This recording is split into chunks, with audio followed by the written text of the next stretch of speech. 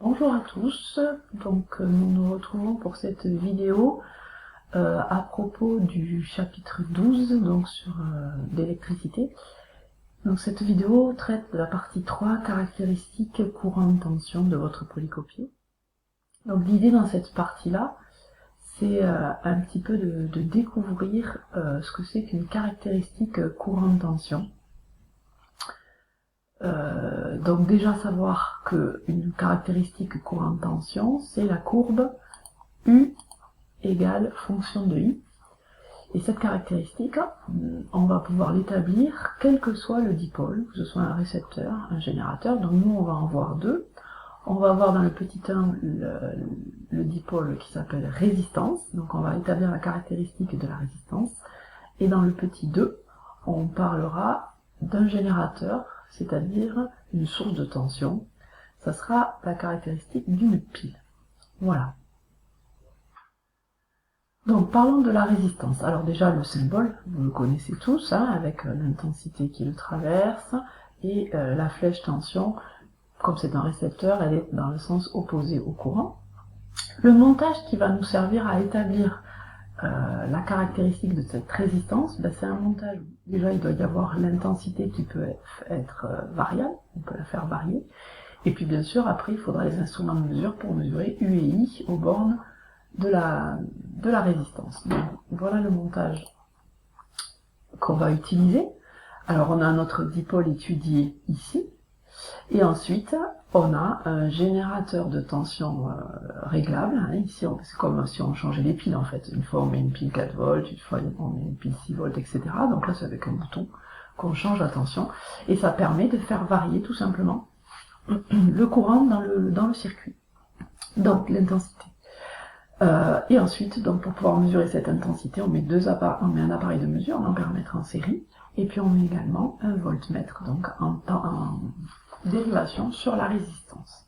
Voilà. Donc ça c'est le montage de base. Si on voulait étudier par exemple la caractéristique d'une lampe de notre récepteur, on mettrait une lampe à la place de la résistance ici. Si on voulait étudier la caractéristique d'un moteur, on mettrait un moteur à la place de la résistance ici.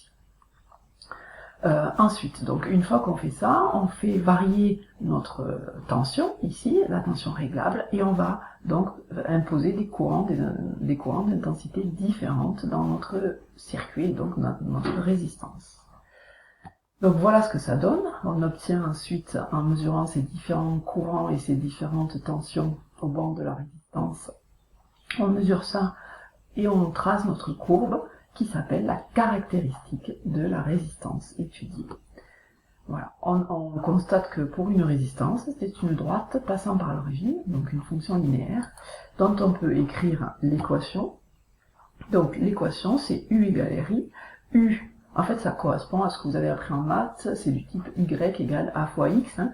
Y, c'est ici notre ordonnée U, et X, c'est notre abscisse, ici I. Voilà, et R, donc, c'est le coefficient directeur de la droite.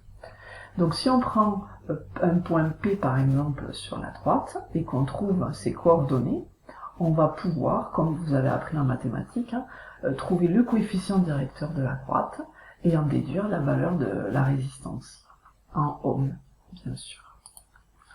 On continue maintenant avec le deuxième type de dipôle dont on peut étudier la caractéristique, c'est une source de tension. Donc là, vous voyez que le montage est un tout petit peu différent. Enfin, on garde les mêmes appareils. Hein. Il faut bien sûr un ampèremètre en série avec l'appareil étudié qui est ici. Hein, c'est notre source de tension, ça peut être une pile, un générateur, ce que l'on veut. Et on y met, bien sûr, puisqu'on étudie la tension à ces bornes, toujours un voltmètre en dérivation. Et ensuite, il faut pouvoir faire varier l'intensité qui va circuler dans le circuit. Donc on va mettre ici une résistance réglable, ça s'appelle un rhéostat, qui va nous permettre de faire varier l'intensité demandée à la source de tension. Voilà. Donc, qu'est-ce qu'on obtient quand on fait la même manipulation que tout à l'heure, c'est-à-dire on fait varier I, on mesure U pour chaque différente intensité. Mais pour une source de tension, on va obtenir ce type de courbe. Alors, pourquoi il y en a deux?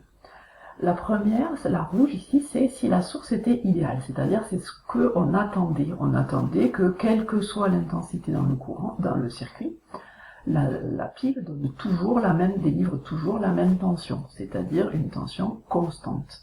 Ça, c'était l'idéal. Et en fait, on s'aperçoit que c'est pas du tout le cas, c'est-à-dire que quand on change l'intensité demandée par le rhéostat, c'est-à-dire on change ici la demande du récepteur. Le récepteur, des fois, il a besoin de beaucoup de courant, des fois un peu moins, ça dépend ce qu'on branche.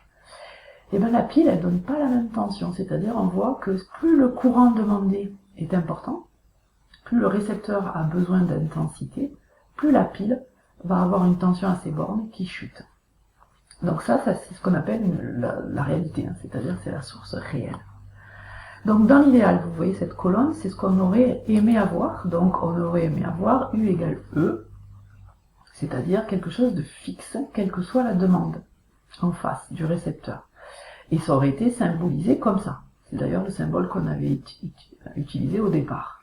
Mais en fait, on s'aperçoit que c'est pas le cas. Et là, on se retrouve avec une fonction affine du type y égale moins ax plus b. Moins ax parce que la pente est négative. Hein, d'accord ?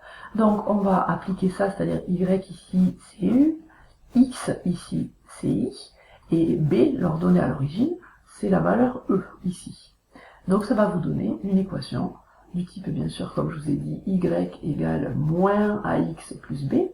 Bon là c'est écrit du type y égale b moins ax, hein, on a juste inversé les deux membres. Et donc on remplace après en faisant une analogie, et on voit qu'on a U égale E moins R. Avec U en volt, bien sûr, E en volt aussi, et RI aussi, ça va faire, on retrouve quelque chose qu'on a un peu déjà vu avec la loi d'Ohm. Donc ici des ohms fois des ampères, et tout ça, donc ça fait des volts aussi. On a bien une analyse dimensionnelle cohérente, des volts égale à des volts moins des volts. Voilà, alors le problème de ça, c'est qu'il va falloir changer la modélisation. On ne peut plus modéliser un générateur, une source, par cette source idéale. Vous aviez appris à le dessiner comme ça, la pile, en fait, et on va pouvoir utiliser un deuxième symbole, au choix, c'est-à-dire il va falloir tenir compte de cette résistance interne qu'on vient de découvrir, là, ce petit R qui est lié, qui est dans la pile. Et donc on va pouvoir le modéliser par une source idéale, grand E, et puis une petite résistance interne, et donc tout ça, ce sera la pile. Donc, pour conclure, nous allons pouvoir établir qu'une source de tension réelle peut être modélisée par une source de tension idéale, de valeur, donc ce grand E. Tension, comment on le trouve? Ben, on regarde la tension à vide quand I égale 0, c'est-à-dire que quand la pile, en fait, n'a pas à alimenter un récepteur, hein, ou sur la courbe, il suffit de regarder l'ordonnée à l'origine. Et ensuite, avec une petite résistance interne, hein, qu'on notera souvent petit r, qui s'appelle, donc comme je vous l'ai dit, la résistance interne de la source, bien sûr, en ohms, et ça c'est en volts. Voilà.